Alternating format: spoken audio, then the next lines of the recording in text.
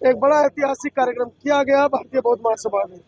मेरे साथ दिल्ली प्रदेश अध्यक्ष CS भंडारी जी हैं। भंडारी जी, किस तरह का कार्यक्रम रहा? दिल्ली के अंदर आप लोगों ने झांकियां निकाली, बड़े हर्षोल्लास में लोग यहाँ पहुंचे हैं। देखिए, बुद्धिस्ट सोसाइटी ऑफ इंडिया जी भारतीय बौद्ध महासभा दिल्ली प्रदेश के अंतर्गत जो हमारा सादरा क्षेत्र है वो बहुत सशक्त क्षेत्र है और कम से कम 40 साल से ये शोभा यात्रा निकाली जा रही है। 40 साल इसको हो गए और इस शोभा यात्रा में लगातार वृद्धि हो रही है। जब आज इसका भीमारंभ था तो बहुत अधिक भीड़ थी और सारे सघन मार्केट से होते हुए ये हमारी शोभा यात्रा निकली।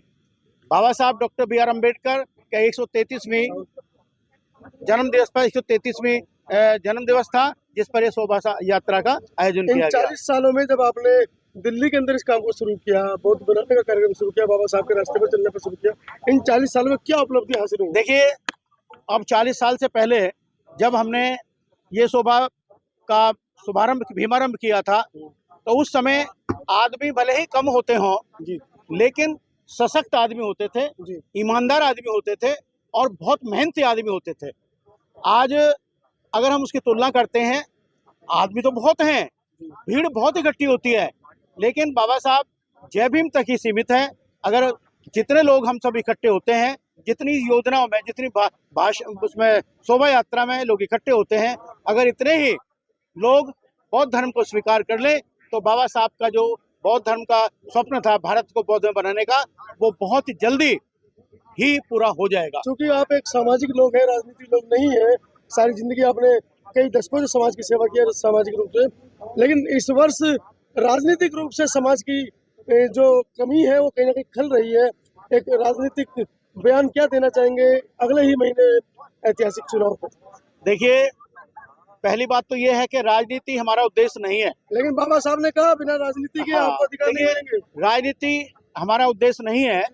जो बुद्धिस्ट सोसाइटी ऑफ इंडिया है, भारतीय बौद्ध महासभा, क्योंकि उसमें हर व्यक्ति सदस्य है, चाहे तो कोई किसी भी पार्टी का हो, सब व्यक्ति सदस्य है और बाबा साहब का अनुयायी है। तो हम राजनीतिक पार्टी को तो हम नहीं कह सकते, लेकिन आज उद्देश्य से हम एक बात जरूर संकेत करते हैं और हमें कहना बहुत आवश्यक है, क्योंकि आज जो लड़ाई है वो अम्बेडकरवाद और मनुवाद की लड़ाई है। आपको पता है कि अम्बेडकरवाद समानता है, स्वतंत्रता है, बंधुत्व है और भ्रातृत्व भाव की भावना है, लेकिन जो ब्राह्मणवाद है, ब्राह्मण व्यवस्था है, वो आप सबको जानते ही हैं कि वो जातिवाद और वर्ण व्यवस्था से ओतप्रोत है। अगर 10 साल पहले जो सरकार बनी और ये 20 साल पहले बन जाती, हम कल्पना कर सकते हैं तो भारत के दलितों की, शूद्रों की, अल्पसंख्यकों की जो स्थिति है वो कोई दूसरी ही होती। और हमें ये बहुत कहते हुए हमें दुख भी नहीं हो रहा और हम कहना भी चाहते हैं कि अवश्य जो हमारे मूंछ रखने पर हमारे लोग को मार दिया जाता है, हमारे लोग को जूतों में पानी पिलाया जाता है, गंजा किया जाता है, तो ऐसी पेशाब पिलाया जाता है, ऐसी व्यवस्था को हमें बदलना बहुत आवश्यक है। और जब तक हम इस व्यवस्था को नहीं बदलेंगे तब तक हमारा उद्देश्य पूरा नहीं होगा।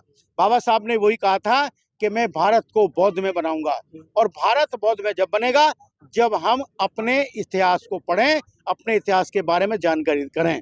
तो हमें सबसे पहले यही देखना है कि पार्टियां, अभी हम अपनी बात करते हैं कि पार्टियों के जो भी नेता हैं वो मानसिक गुलाम होते हैं पार्टियों के, अपनी बात नहीं रख सकते।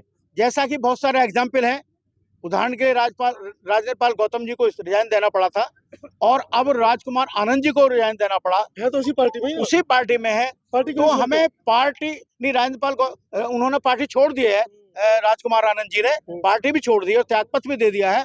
लेकिन जब हमने उनके विचार सुन रहे थे तो एक ही बात सामने आया, उन्होंने एक शब्द में सारी हिस्ट्री समाप्त कर दी। उन्होंने कहा कि वे सब जगह मनुवाद है। तो ये बाबा साहब जो पार्टी बाबा साहब का फोटो लगा कर घूमती है, शहीद भगत सिंह का फोटो लगा कर घूमती है, ये केवल दिखावा है और छलावा है। हमें इससे बिल्कुल सचेत रहना है। अगर हम यही बह गए विचारधारा में कि भाई हमें बाबा साहब का फोटो लगा मिल रहा है तो हमें फिर वही देखना पड़ेगा और वही खाना पड़ेगा। जो हमें दिखाई देता है सामने हमारा टारगेट, तो हमें ऐसे व्यवस्था लानी है, ऐसी संस्था को, हमें ऐसे व्यक्ति को आगे लाना है जो हमारे जो शूद्र हैं, दलित हैं, SC हैं, ST हैं, OBC हैं, उनके अधिकारों को सुरक्षित रख सकें। धन्यवाद। Thank you very much.